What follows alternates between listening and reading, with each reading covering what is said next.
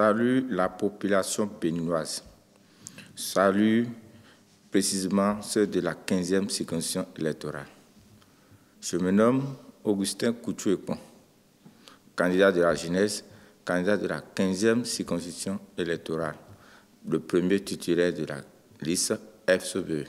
Nous sommes disposés, en tant que jeunes de la circonscription, et pour œuvrer derrière le parti FCBE.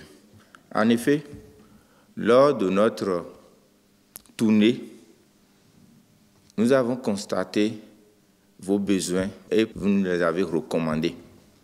Nous avons pris acte et devant vous, nous avons fait des repartitions pour vous les proposer. En cela, pour que lorsque nous serons au perchoir, disons au Parlement, nous pouvons défendre votre cause, qui est la cause commune, qui est l'amélioration des conditions de vie.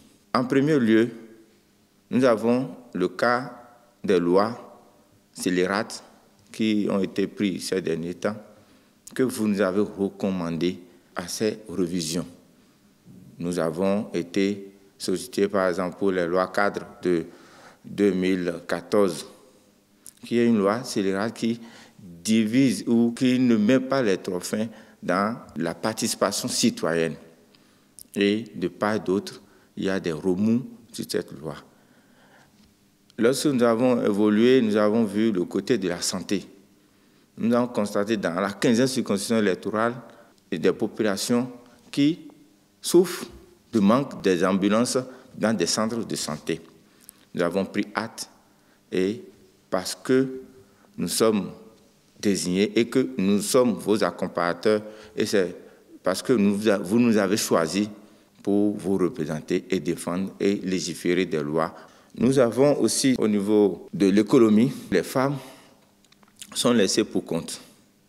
Et nous avons compris que le système d'octroi de crédit est un système politisé. Et que si tu n'es pas d'un bord donné, que tu n'es pas assez généralement aux microfinances.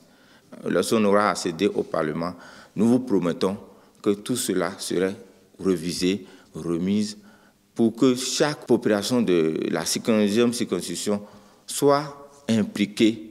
Beaucoup de centres manquent de personnel qualifié pour animer les centres de santé.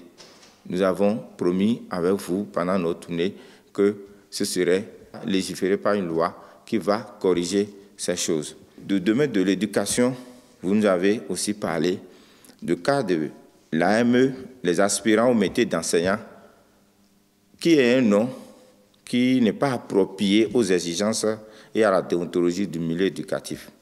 Nous avons vu cela important. Pour cela, il faut qu'on initie des lois, pour prendre une loi, pour revoir le mode de recrutement des enseignants. Et tous les enseignants seront appelés au même titre qui va les honorer. Nous vous promettons que par vos recommandations, nous allons corriger et améliorer le système éducatif. Nous avons aussi le système d'attribution de bourses universitaires. Nous avons compris finalement que c'est attribué de façon restreinte et la population, l'enfant du peuple est délaissé dans cette attribution.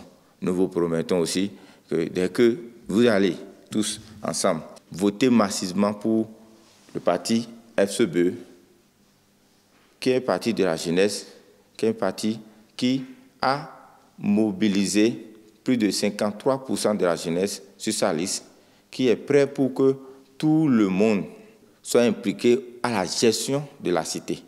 Donc, pour ça, tous ensemble, allons voter le 8 janvier 2023 le parti FCBE et permettre à toute la population de la 15e circonscription électorale de se retrouver et d'avoir ce qu'ils ont demandé, que tout cela soit revu, soit amélioré. Parce que dès qu'on serait au Parlement, nous vous promettons que ce que vous avez proposé lors de notre tournée serait exposé, analysé par un groupe au sein de notre parti, de groupes représentés par des juristes, des animateurs de la vie sociale, même jusqu'aux paysans qui vont initier des lois pour que le pays, notre pays, soit démocratiquement assis. Vous le savez bien que pendant les élections de 2019, le parti FCBE a été délaissé. Voilà une occasion pour nous, pour qu'on puisse revenir sur la scène et que nous tous, mobilisés, on puisse porter le flambeau de la démocratie. Je vous remercie beaucoup.